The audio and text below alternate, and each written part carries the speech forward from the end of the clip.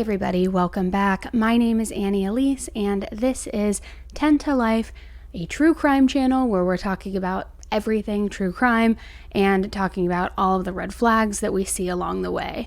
So if you are brand new and stopping by for the first time, I hope you appreciate today's case coverage and consider supporting the channel by hitting that subscribe button below. And for all of my returning 10 to Lifers, welcome back. So happy to have you guys here with me today. Today we are back with an update in an older case that is back in the media front and center, and it's gaining tons of attention because there have been some major breaks and some major updates in this case. And we've talked about this case on this channel before, and it's the case of Ellen Greenberg. Now in 2011, 27-year-old Ellen Greenberg, a beloved school teacher, was found dead in her Philadelphia apartment from more than 20 stab wounds. So guys, let's jump right in. 10 to Life with Elise starts right now. In 2011, 27-year-old Ellen Greenberg was found dead in her Philadelphia apartment that she shared with her fiance at the time, and she had over 20 stab wounds. Ellen's fiance, Sam Goldberg, had returned to their apartment from the downstairs gym in the building, but couldn't get inside the apartment because the swing bar lock was locked and in use from the inside.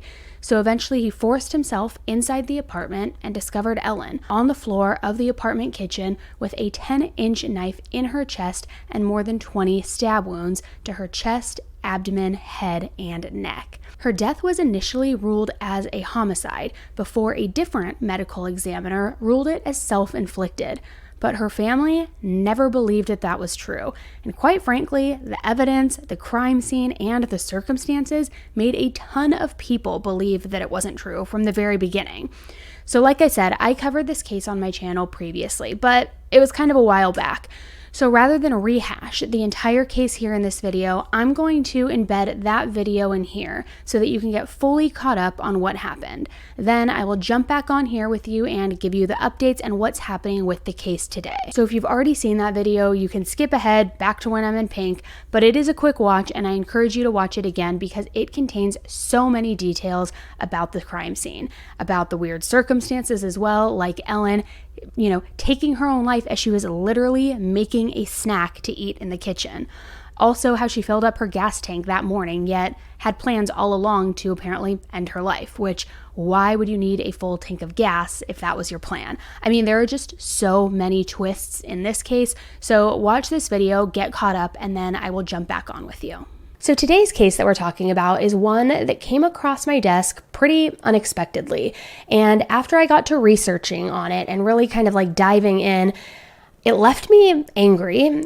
It left me kind of surprised and also in disbelief. And you guys know how much I hate to use this phrase, but it really is one of those whodunit cases. And I just hate that phrase, but that's what this feels like. But what I didn't see coming during all of my research was the twist that came at the very end that hit me like a ton of bricks. So as you're watching this, no matter how well you think you may know the case, no matter where you think this case is going and who you think is involved in this, just wait. Stay tuned till the end because it will be sure to surprise you. And as I mentioned, because YouTube has been a little bit of a thorn in my side lately, we may have to start using some code words. And we already do abbreviate certain things because we know that YouTube doesn't like those words.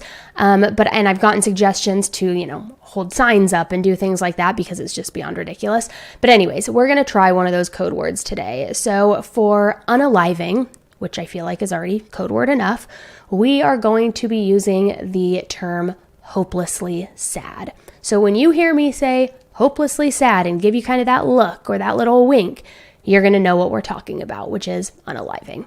So enough of that, guys. Let's get into this case. On January 26th, 2011, 27-year-old Ellen Greenberg started her morning like any other morning. She was a first grade local school teacher in Philadelphia, so she got ready for work in her apartment and then headed off to school. Ellen was engaged to fiance Sam Goldberg, and they were planning to wed just 8 months later in August. Ellen called her mom on her way to school at approximately 7 a.m., which was standard standard. Her mom was heading into work as well, so they would often have these morning chats while they were both in the car and heading into work for the day. That afternoon, a blizzard hit Philadelphia, and this prompted Ellen to leave work early because we know those infamous snow days that take place on the East Coast. While Ellen was on her way back to her 2-bedroom apartment, she stopped for gas at approximately 1:30 p.m. After filling up her tank, she headed home back to the apartment that she shares with her fiancé, Sam Goldberg. Ellen entered her apartment and her fiancé Sam was home as well, so they get to chatting. She starts cutting up a fruit salad to eat for a little snack or late lunch, and really just starts to unwind from the day. At approximately 4:45 p.m., Sam decides that he's going to go downstairs to the building's gym and get a workout in. Sam returned to their apartment approximately 45 minutes later at 5:30 p.m., but when he returned, the door was locked. He started knocking, he tried to get in, but it had the swing bar closed and it was locked from the inside. He shouted for Ellen to come and unlock the door and even texted her 9 times. And Ellen wasn't responding to any of his calls or any of his text messages, which made him increasingly irritated. And so if you're familiar with a swing bar, you can usually get the door open just a little bit, but then it's, the swing bar, metal is across it. So he opens the door and he starts shouting at Ellen saying, "Hello, open the door, you better have an excuse," just starting to get increasingly upset because he can't get into their apartment. Finally, after there was still no answer, Sam goes downstairs to get the building security to help him open the door. When Sam and the security guard got back to the apartment, Sam actually ended up being able to force his way into the apartment and break that swing lock. And what he found inside that apartment was his absolute worst nightmare. He entered the inside foyer and he discovered Ellen, at just 27 years old, laying in a pool of blood on the kitchen floor. And as if that is not horrifying enough, she had a knife in the middle of her chest that had been plunged in. It was truly a nightmarish scene that had come straight from a horror movie. At approximately 6:30 p.m., Sam called 911. Help, I need a now. I just walked to my apartment. My fiance's on the floor with blood everywhere. What is the address? 4601 Flat Rock Road. Please come. Help. 4601 Flat Rock Road. Is this a house or apartment? Oh no. Oh no. It's an apartment. What apartment number? Please hurry, please. Where is she bleeding from? I don't know. I can't tell. No. So you have to calm yourself down in order to get you some help. I'm sorry. I don't know. I'm looking at her right now. I can't see anything. There's nothing broken. She's bleeding. Ellie! You don't know where she's bleeding from? Can't tell where the blood's coming from? I think her head. I think she hit her head, But it's everywhere. Okay, it's everywhere. Think she might have fallen? Do you know what happened? She may have slipped. There's blood on the table. Her face is a little purple. Okay, hold on for rescue for her. Stay on the phone.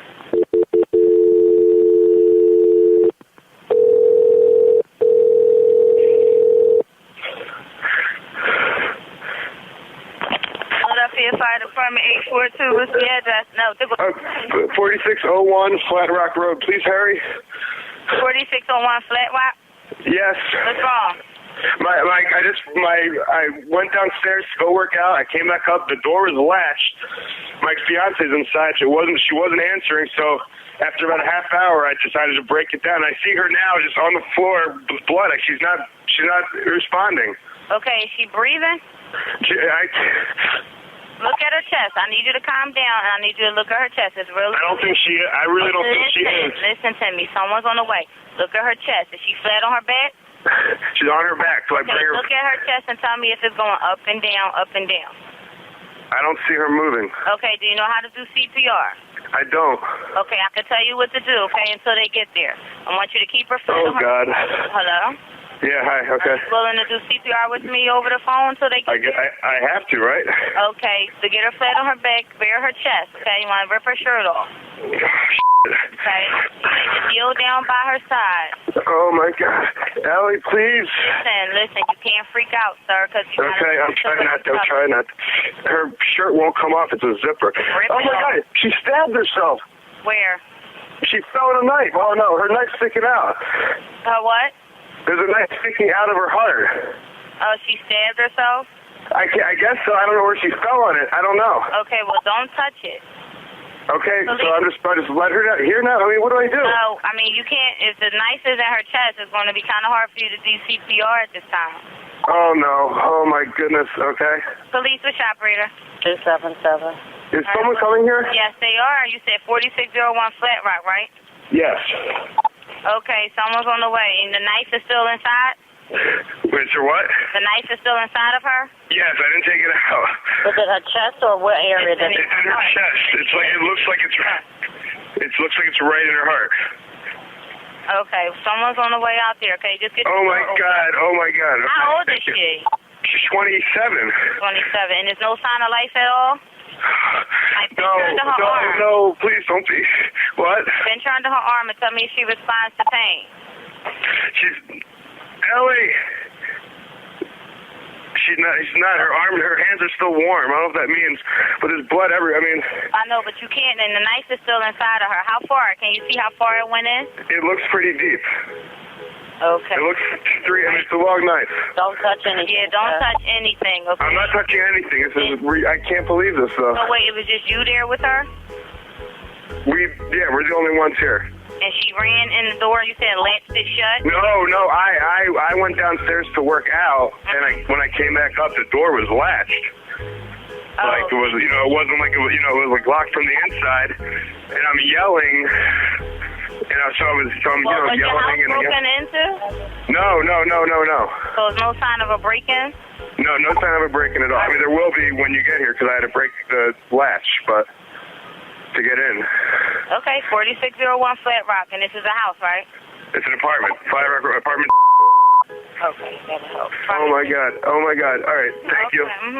Bye. Police soon arrived and discovered that Ellen had been stabbed over 20 times. And that wound in her chest, where the knife was still plunged into, was just one of 20 stab wounds. The other 20 were discovered all over her head, her neck, her back, and her torso. There were also 11 bruises on Ellen's body that were in various stages of healing. And these bruises were on Ellen's right arm, her right leg, and her abdomen. Just 10 minutes later, at approximately 6:40 p.m., Ellen was pronounced dead. Now, as police started investigating the scene, trying to figure out what could have happened to Ellen in just those 45 minutes that her fiancé was downstairs working out, they started to piece together what happened, but they noticed that there was no sign of an intruder. Their apartment was in a 6-story apartment complex, and their unit particularly could have only been accessed from either the front door or the exterior balcony.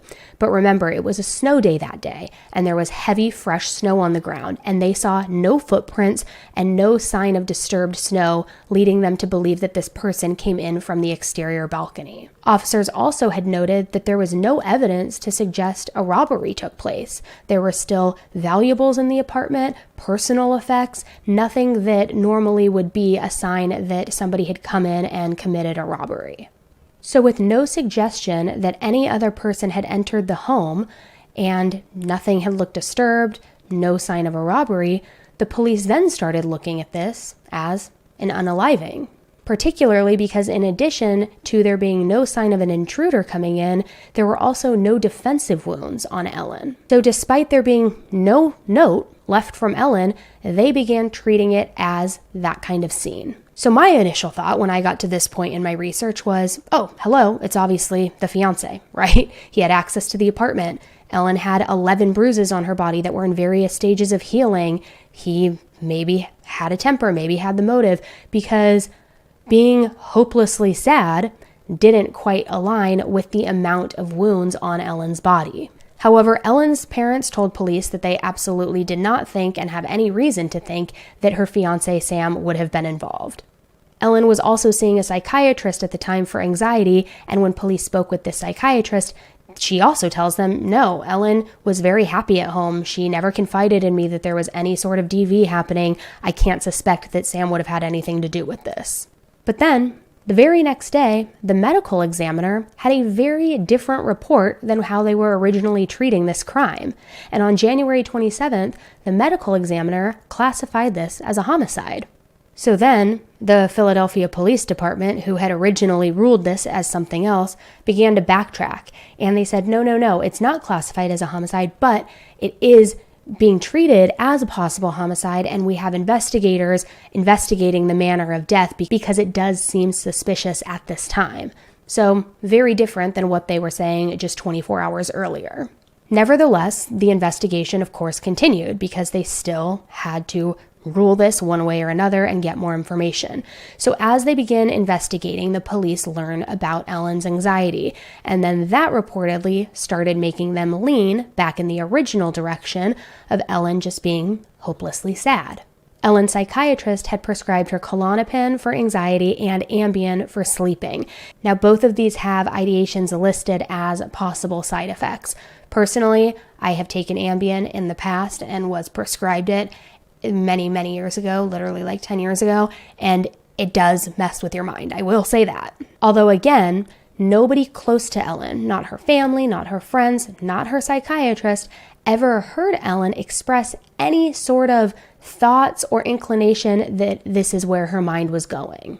She had told me that she felt anxious and overwhelmed about her teaching and planning a wedding. So for 5 weeks, investigators went back and forth on what they think happened to Ellen. Upon their first review, there were no suspects. Ellen was alone in the apartment, her fiance was in the gym, it was locked with that interior swing bar, the snow on the exterior balcony hadn't been disturbed, neighbors also didn't report hearing any sort of disturbance or noise. Nothing was really adding up to indicate that this was a targeted attack or an intruder. There was also no security footage or stolen property that aligned with that theory as well. And what's more, the defensive wounds, or lack thereof, I should say. And another key piece of evidence that investigators found was that there was no DNA on that knife except for Ellen's. Also, no DNA on her clothing except for her own. So after weeks of going back and forth, on March 3rd, after being armed with all of this new information, the ME rules it as an unaliving. However, for the past nearly 10 years, Ellen's parents have spearheaded their own investigation because they are saying that this is absolutely not like Ellen. They even went as far as to hire their own attorney to file a lawsuit against the medical examiner's office to have her death certificate changed from that manner of death to homicide. They also found 2 neuropathologists to review the original autopsy report and see what they could determine from it. So these 2 doctors examined not only the report, but also brain tissue samples, and they both determined that being hopelessly sad wasn't even a possibility. On March 15, 2019, a newspaper in Philadelphia released a front-page investigative report calling out that the death of 27-year-old Ellen Greenberg was extremely suspicious. And in this article, they call out all of the suspicious circumstances involved. A well-known Pittsburgh forensic pathologist also reviewed this case, and he determined that it was strongly suggesting homicide. And he even said, "I don't know how this got written off as something else." Similarly, a forensic scientist also reviewed this case. And the scientist concluded that the number and the amount of wounds did not align with what they were saying, and also that the bloodstain patterns were consistent with homicide. One significant point of contention during this entire argument related to a stab wound that was in Ellen's brain. And there were a couple of them, as a matter of fact. And one of the doctors wrote that these wounds to her brain would have caused such severe cranial and nerve damage that in addition to the wounds in her spinal cord as well, it would have caused severe pain, cranial nerve dysfunction, and traumatic brain injuries. Now, what's so crazy about this is that in the original medical report, the neuropathologist who had reviewed everything had determined that there was no such wound. So how is it so starkly different? However, later, when interviewed by that Philadelphia newspaper, this same neuropathologist says that she didn't observe Ellen's actual body, so she didn't confirm, and she doesn't have any records, any sort of bills, invoice, or report of an examination ever happening.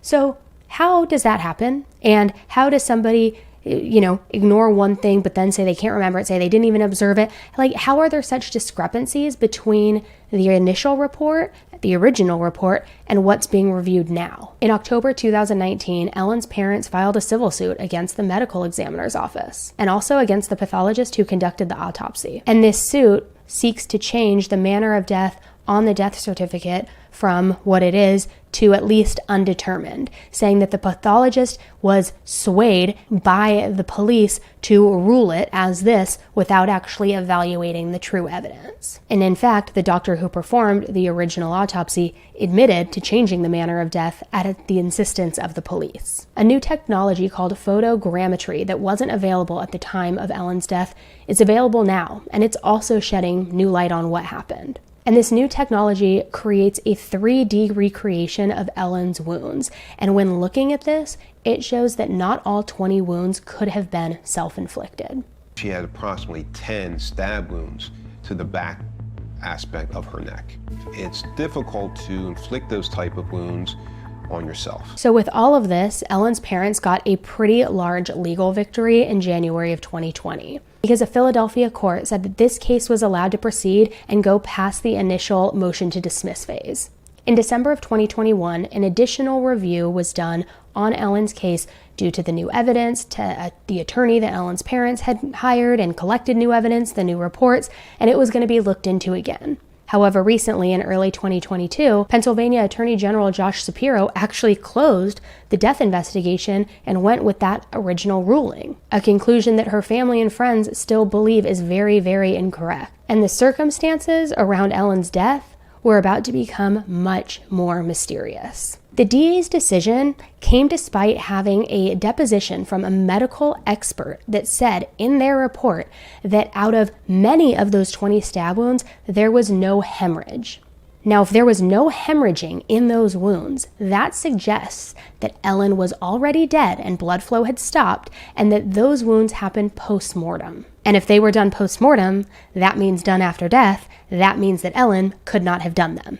And guys, there were so many other details when you think about it that point to foul play and to homicide. Because think about it, if Ellen really was hopelessly sad, why did she fill up her gas tank on the way home? She wouldn't need a full tank of gas if she knew that that's what she was going to be doing. Why wouldn't she have left a note for her family, her friends, her fiance even? And why was that half-finished fruit salad still on the counter right next to her body? Which, by the way, if you look at the knife that was the weapon, I should just say weapon, it looks very similar to the knives that are near the fruit salad that Ellen was cutting and preparing that afternoon. So could the knife have been conveniently on the counter for whoever chose to use it?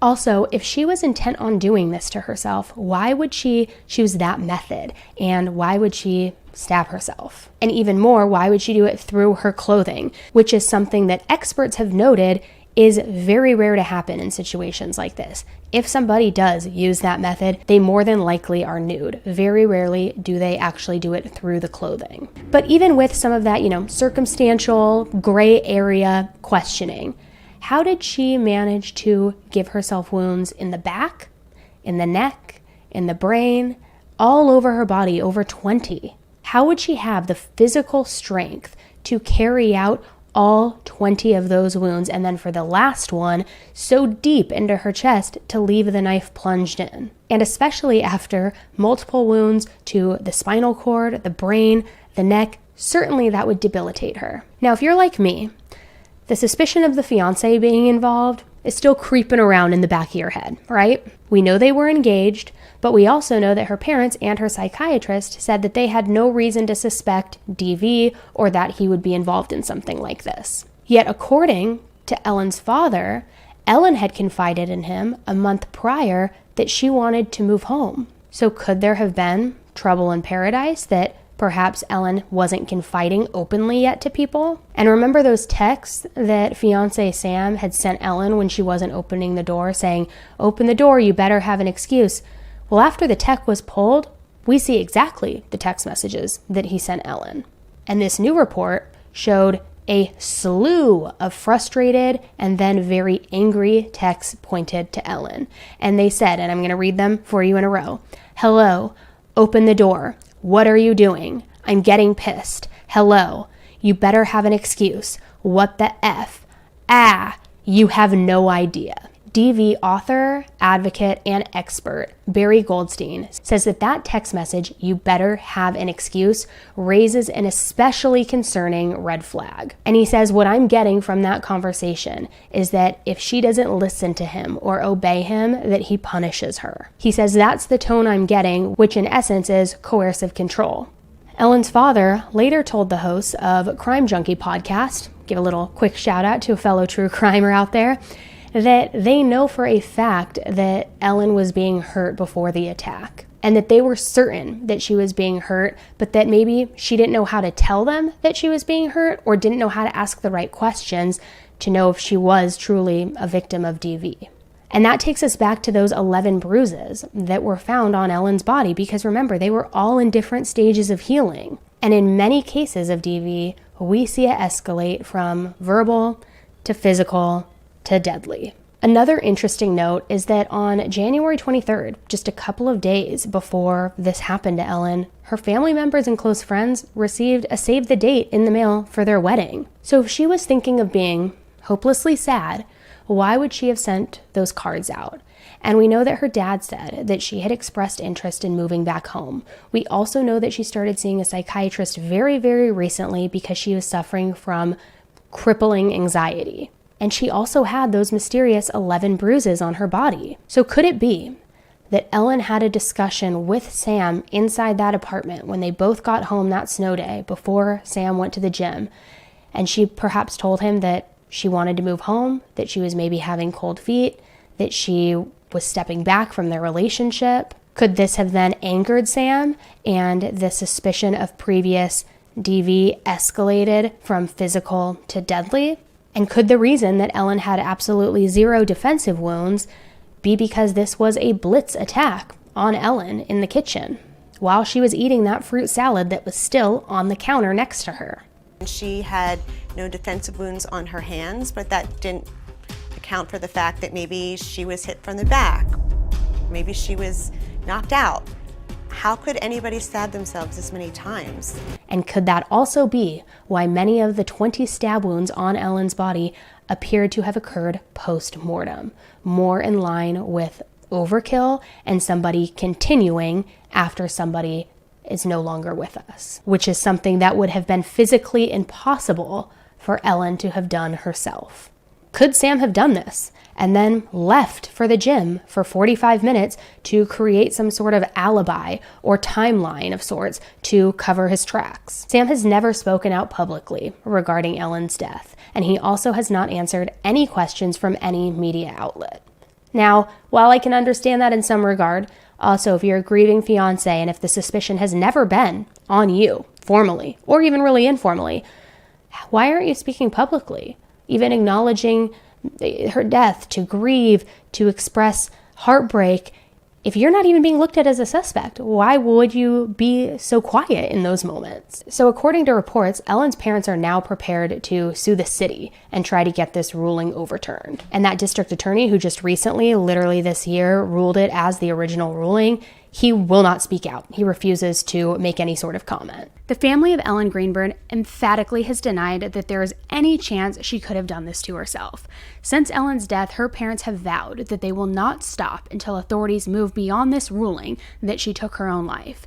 And her father said that we are just not going to let this go. And they went as far as to hire their own experts to come in and evaluate their daughter's case. So in 2020, they said during their own investigation that they had a mountain of evidence to support their conviction that Ellen was murdered and that they were not going to rest until the truth was acknowledged. Ellen's mother, Sandy, said that it took years for them to piece this together, and that at the beginning, she was sitting up at night looking at the reports with a centimeter ruler, trying to figure out how that really translated into how shallow or deep the incisions were on her daughter's body. And that's when they realized that they needed to get experts to help them do this, and that's what they did. And let me just say, anything is absolutely possible. But out of all of the cases that I've covered and that I have also watched as a viewer myself, never have I seen a situation in which somebody takes their own life by stabbing themselves over 20 times. Not to mention the location of the wounds. You know, she had 10 in the back of her neck, once in the scalp, 8 times in her chest and the abdomen. To me, it looks a lot like overkill, not like intentional wounds that are self-inflicted. So finally, after years and years of fighting, researching, and petitioning, after more than a decade, Ellen's case is now being reopened. In July of this year, the Pennsylvania Attorney General's office released a statement saying that it could no longer review the case because of an unspecified appearance of a conflict of interest. And they didn't go into details with that.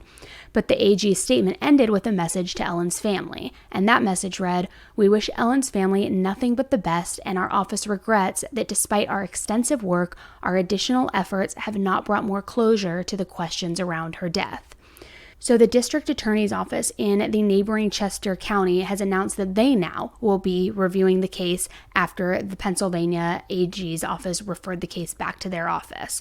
So the case has been handed to the Chester DA's office for re-review, as evidence suggests now that the crime scene was in fact staged based on the position of Ellen's body, the position it was found in, and the angle of dry blood across her face. Forensic pathologist Dr. Cyril Wetsch, I hope I'm saying that right, went on record saying, "In all of my years of experience and all of the homicides that I've done and self-inflicted deaths, I've never seen anything like this. It is highly unlikely that she did this on her own." Authorities in Chester County are taking over the investigation into the controversial death of Ellen Greenberg. She's the Philadelphia schoolteacher who was found dead of multiple stab wounds 11 years ago. Authorities said it was, but her family continues to believe otherwise.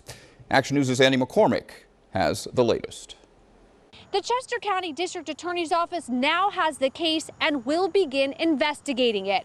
Ellen Greenberg's family has been trying to change this ruling for over a decade. I'm ecstatic. I think for the very first time we may get an objective assessment of the case with somebody who will honestly look at it. Attorney Joe Pedraza represents the family of Ellen Greenberg, the 27-year-old woman found stabbed 20 times in her locked Manayunk apartment in 2011. She was discovered by her fiancé. The medical examiner initially ruled her death a homicide, then changed it to information provided by police. Ellen's parents have fought to have it changed to homicide or undetermined and have filed 2 lawsuits against the city. Pedraza says new evidence, including information from a deposition with a pathologist in the medical examiner's office, should be enough to change it. This has taken 11.5 years. We want justice for our daughter, and maybe this will bring justice for others, too. When the Greenbergs wanted the Philadelphia District Attorney's Office to re-review the case in 2019, District Attorney Larry Krausner sent it to the Attorney General's office because he previously represented the Greenbergs. The Attorney General's office agreed with the determination, but in July, the AG's office kicked the case back to Philadelphia, saying the AG's office doesn't have an actual conflict, but there have been allegations of an appearance of one. The Philadelphia DA then referred the case to Chester County, who released this statement today saying, quote, "Our office has accepted this referral from the Philadelphia District Attorney's Office. We have assigned an investigator and prosecutor to review it." And further evidence had cited that the knife had been plunged into her chest and that it was held in her left hand, which she was right-handed. So tell me this, if you are going to such lengths to end your own life, that you would do it in such a brutal, hands-on way, wouldn't you want to make sure that it is done quickly and effectively? So wouldn't you want to use your dominant hand, not the hand that, you can't write with clearly, that you don't use for things? Why would you pick that hand? And that's the hand that it looked as though that final wound in her chest was inflicted by. It just does not make sense. It makes no sense, guys. Make it make sense. Make it make sense. So the DA's office, who is now handling the case, also announced that the case is being reviewed by an investigator and a prosecutor. So this gives her family new reasons to hope as they continue to ask for justice for their daughter, who just died so young and had such a bright future ahead of her. So I'm going to follow this so closely, guys. Like peanut butter and jelly, I am all over it and I know a lot of other media outlets are right now too, so you're probably going to see some datelines and documentaries pop up very, very quickly. In fact, Nancy Grace, I don't know if it's out yet, she was doing one because one of her reps contacted me to use pieces from my earlier video. So she might already have one out too. And she usually brings in her own experts and all of that too. So if it's not out yet, it definitely is coming. But I'm sure you're going to start to see these pop up everywhere, because now everybody's like, oh my gosh, this case has been essentially dead in the water for 10 years, 11 years actually. And now it's back and they're reopening it and they have a prosecutor on it. Like, it's just, ugh. I mean, it's major. So I'm curious to know, what do you guys think about this case? Do you think that there was foul play? Do you think that the fiance was involved? Or do you think that this really was done by Ellen and is just an extremely tragic situation? Let me know in the comments below. I'm going to keep you guys updated as soon as we learn more, so be sure to check back for updates and subscribe to the channel if you haven't done so already, so that you'll see as soon as I post those updates. Please continue to keep Ellen's family in your thoughts and prayers as well, as they now are continuing to fight for their daughter after 11 years of already fighting. That is just love and dedication. So please leave your encouraging comments for them as well below, as they continue to really just fight in honor of Ellen.